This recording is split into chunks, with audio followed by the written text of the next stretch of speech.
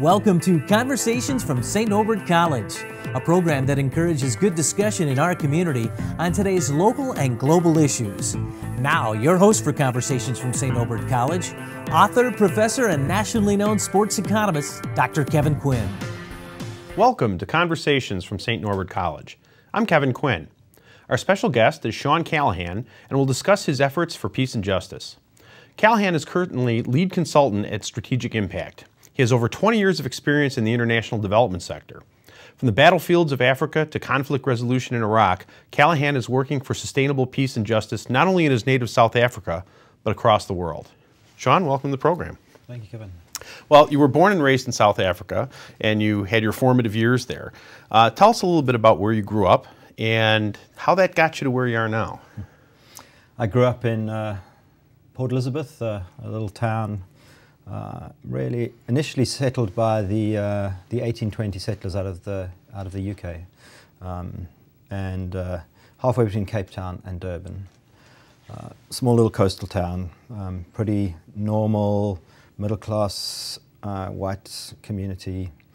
But my mother, I grew up Catholic, and my mother was part of the kind of Catholic Women's League, you know, social projects, and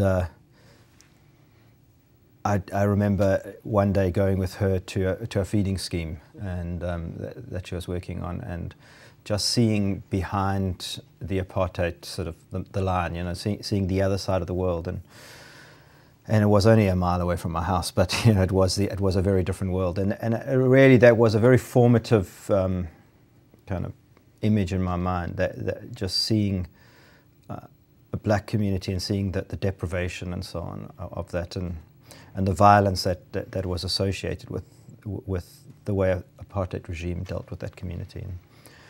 And you know, I came up through, was conscripted, sent to war. And for me, actually, 1989, 1990, real kind of pivotal year. Sent to war in Namibia to fight against SWAPO and sort of defend the country against communism and the onslaught of terrorism and blah, blah, blah. And in 1989, SWAPO won the general election in Namibia by an overwhelming majority. And I was kind of, you know, starting to think, hang on, those were the few radical terrorists who we were trying to keep out, and actually the entire population supported them. What's going on here? You know, I'm open to another interpretation of history. And then, of course, 1990 happened just, you know, a couple of months later in South Africa, and Mandela was released and so on. And that opened my mind up to the possibility that, hang on, maybe everything I've been taught before this was wrong, and I should, you know, look at an alternative. And so that really, that sort of release of Mandela and all of that may not have had the impact that it had I not had some of those other sort of shards in my in my thinking further back. Yeah. Well, let's talk a little bit about the apartheid system in South Africa.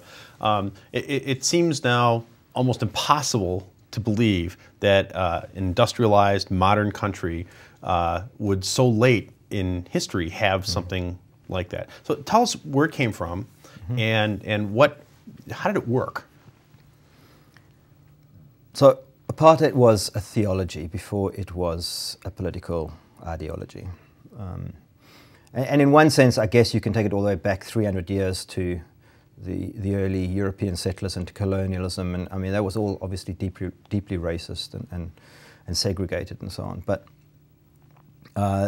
the theologians who really constructed the theology for apartheid studied in Germany in the 30s and 40s. And so really studied an area in the theology, and came back to South Africa and were developing this theology in the Dutch Reformed Church. And you know, First World War, Second World War, and Second World War ends in 1945.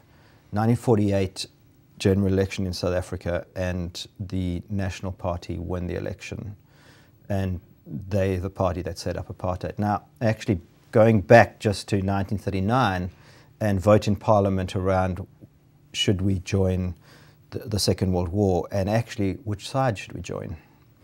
And it was really only by one vote that we joined the Allied side and not the German side. I mean, if you have to decide which side you should be on in a war, maybe you shouldn't be on either side. Well, exactly. You know, so there was this deep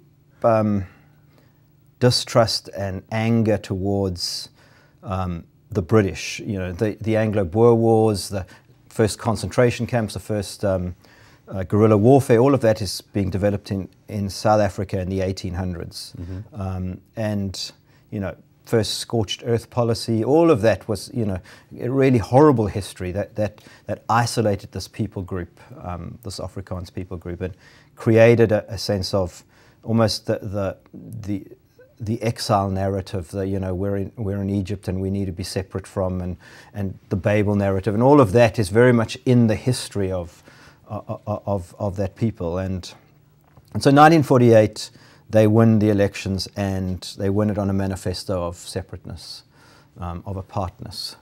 And so the policy of apartheid then starts to get constructed with, over the next 20 odd years, 148 different laws that were passed in order to manage the separation from where you could live, where you could eat, what jobs you could have, which beaches you could go to, which restaurants, which restrooms, who you could marry, who you could fall in love with. Everything was, in which schools you went to, which curriculums you got taught, everything was managed by these laws. And it really was trying to unscramble the egg, you know, and just got more and more and more ridiculous. So it wasn't just about black and white, it was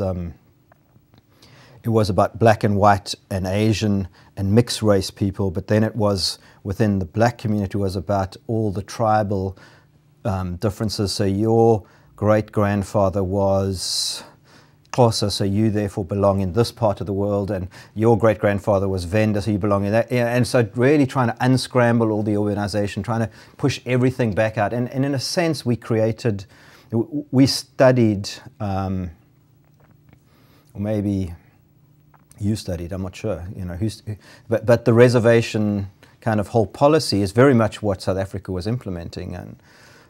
And so you had what we called homelands, but essentially reservations, you know, tribal lands where we forced everybody from that tribe to go back there and go back there and go back there. And then created some kind of autonomous governments, all of those. And in fact, you had to have a passbook, almost a passport, in order to, if you were black, to leave your reservation and come to a city to work. And if you were caught without your passbook, you know, and so by the 60s, there was a real resistance to that. There was a big kind of political resistance to the pass system, and then eventually to the education system, which was saying that you know, there's no point teaching black people maths and science because they're never going to get the jobs where they're going to need that. Better to teach them how to use a spade because those are the jobs they're going to get. You know, and that was sort of government policy. So you've created the system of not only separateness but incredible you know, deprivation of some and real sort of influence of the other, and that eventually by, you know, the ANC was established back then in the 40s, but eventually the African National Congress, you know, which Mandela's party and so on, you know, trying to challenge this legislation back in the 40s, and eventually by the 60s and 70s, they just, look, this process of sort of civil disobedience that is not working, we need to launch an armed struggle. And so we go into, you know, the terror campaigns and so on.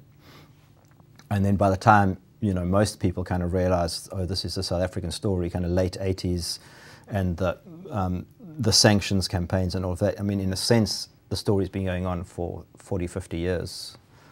Well, I think, at least in this country, what or people of roughly our age noticed was the Soweto Uprisings. Yeah, 1976. And that, it seemed almost impossible that was going on. You must have been a kid at the time. Yeah. What do you remember about that? Absolutely nothing, because we never knew about it. It was complete media blackout. Wow. In the rest of the world knew what was going on in our country. We did not know what was going on at all. Wow, that's amazing. That's amazing.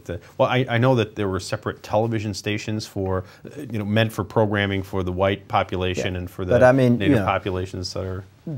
There was just simply no coverage in South Africa. It was complete state-controlled media. There was only one television organization, and it was state-owned.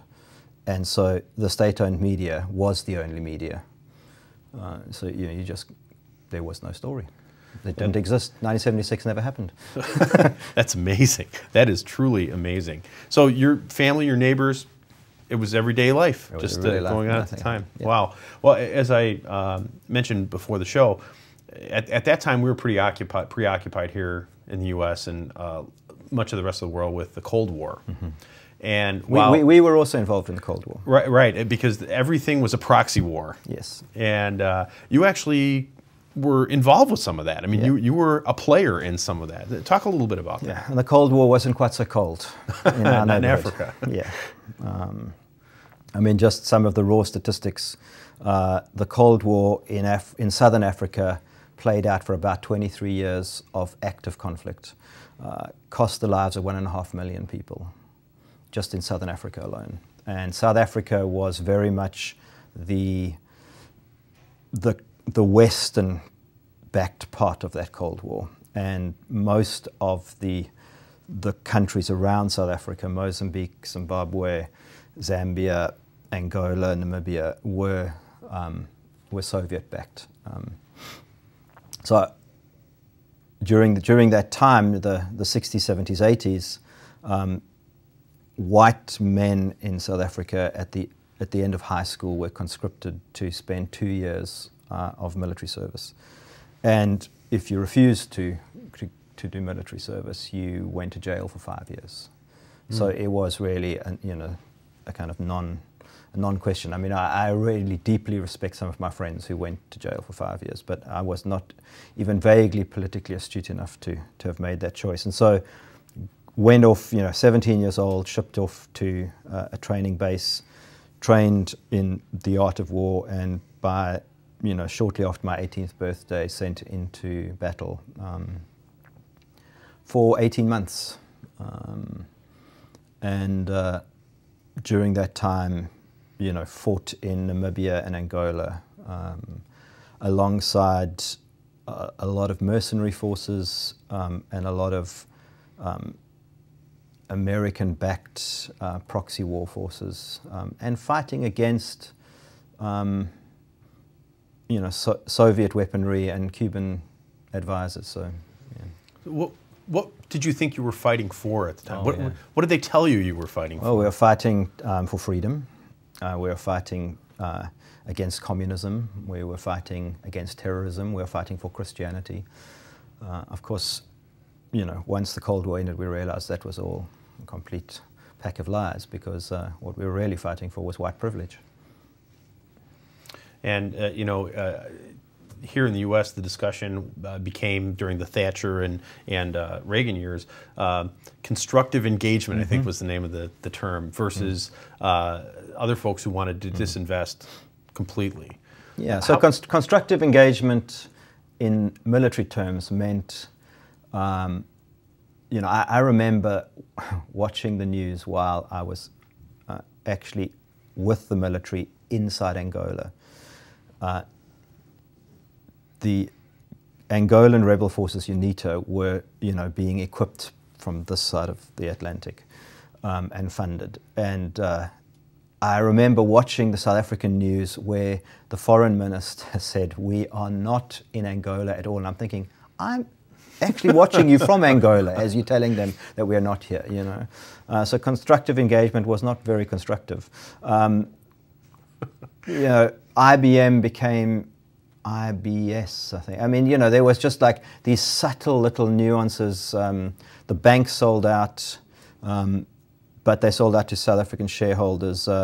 Ford Motor Company, General Motors, and everything just sort of changed subtly, but everything carried on the same. And the Brits actually took it a whole lot further.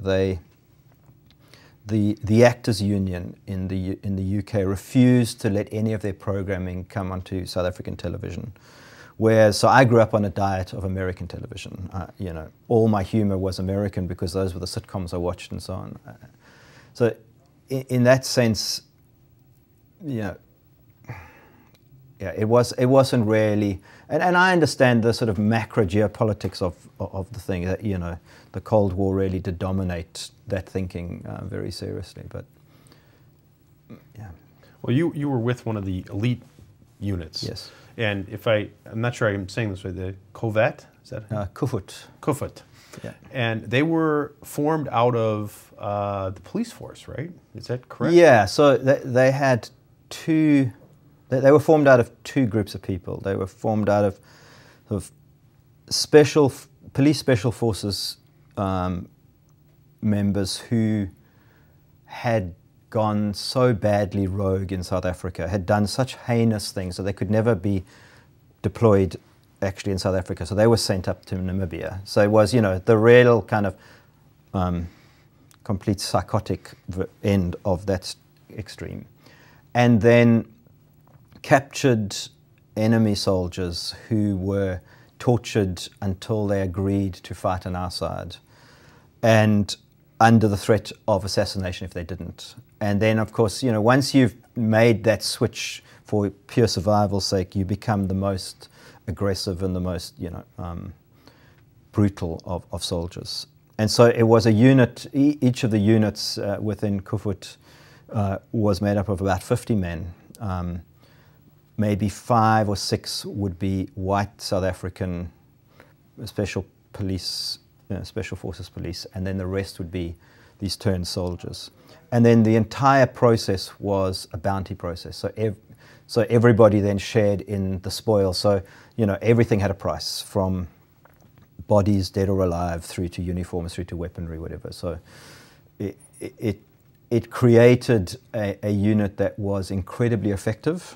By far, you know, the entire unit was less than maybe 500 people, but it probably outperformed the 30,000 other forces in the region.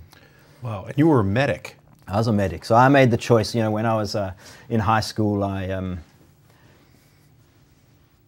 you know, when you fill in your conscription papers, 16 years old, I very distinctly remember sitting in an auditorium at high school and filling in my form and thinking, kind of tick medical services was, and then you had to write a motivation because I want to help people, you know.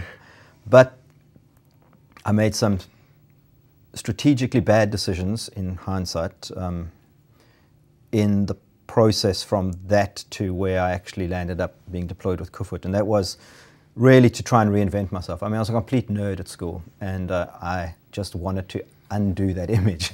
And so, you know, kind of how do I become Rambo, you know? Nobody knows me on this journey from my hometown on this train being shipped off to training base, and I can become anybody by the time I get there. And in a sense, I just volunteered for the most hectic thing every time, and so ended up being, you know, being trained as a paramedic and sent into the front lines. Yeah.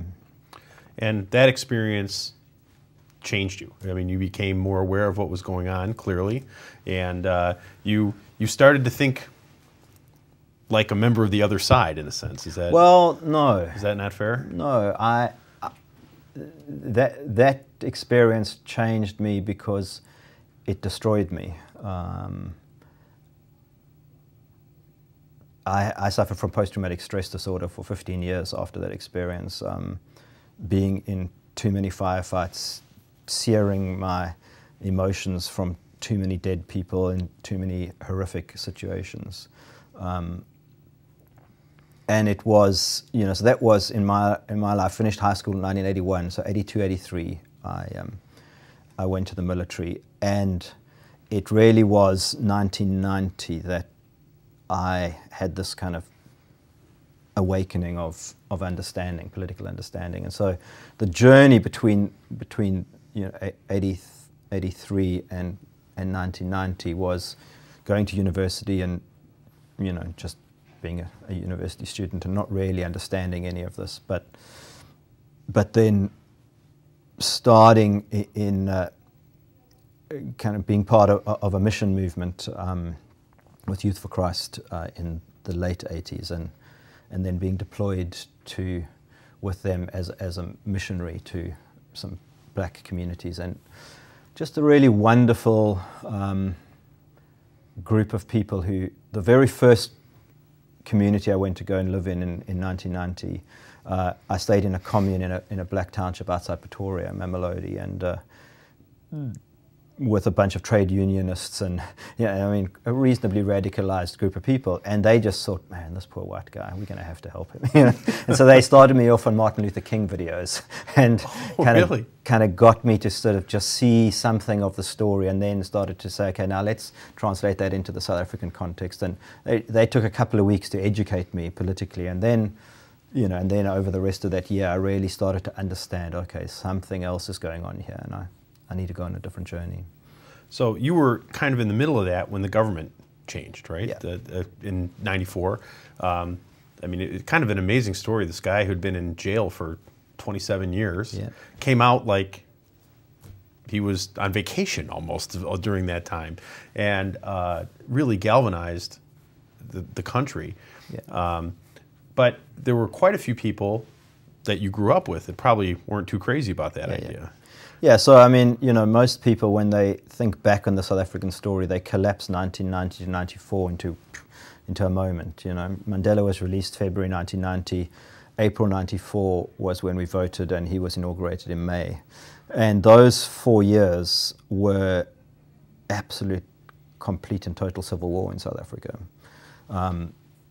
Not only was there, there were kind of black communities that had, in a sense, been co-opted by the apartheid regime, and had kind of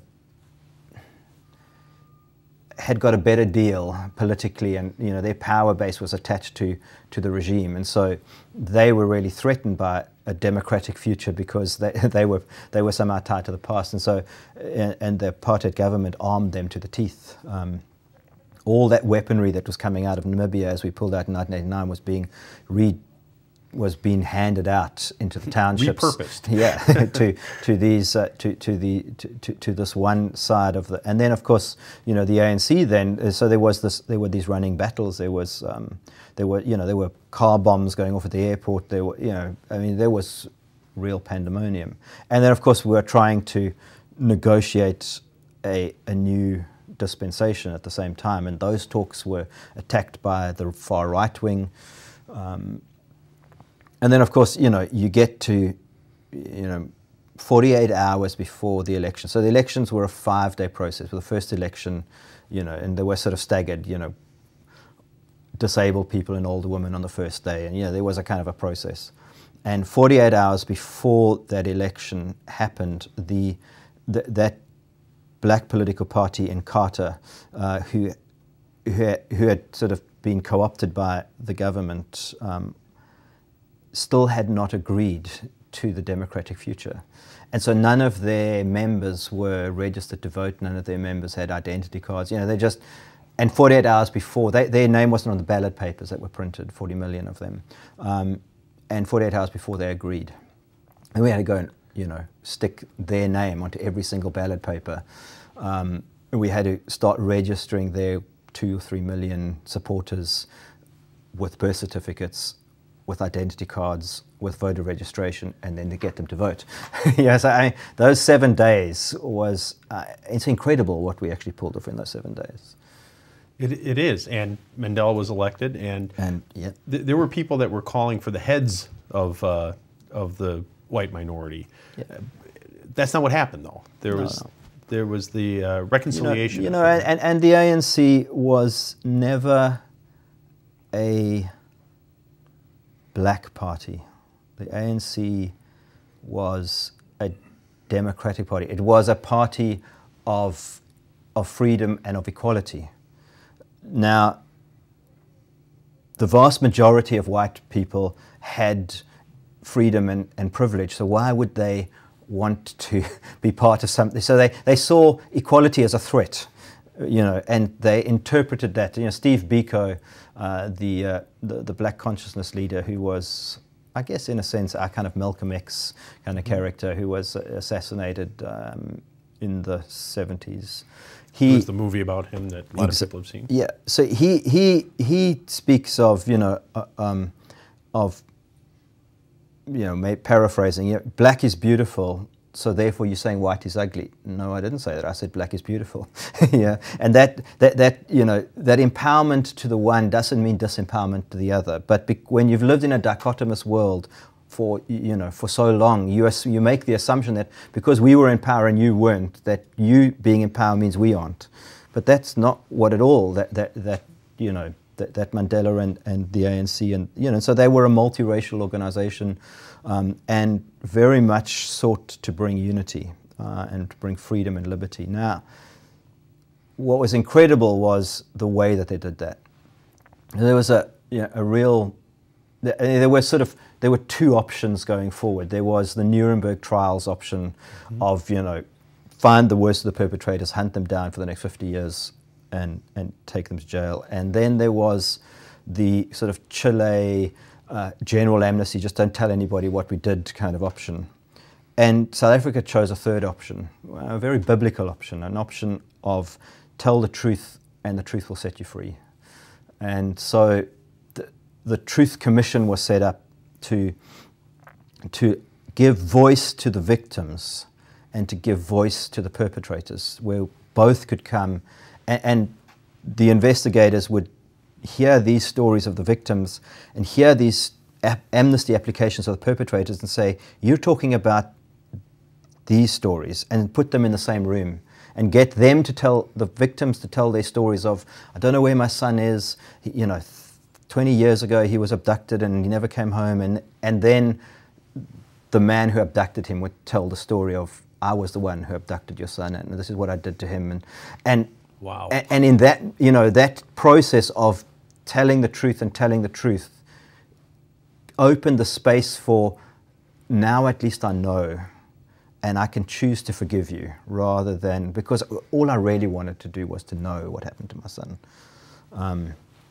And gave you the opportunity to apologize deeply because you see the pain that you've caused me for, you know. So that restorative justice process that took place was absolutely incredible. And of course, it was live on national television.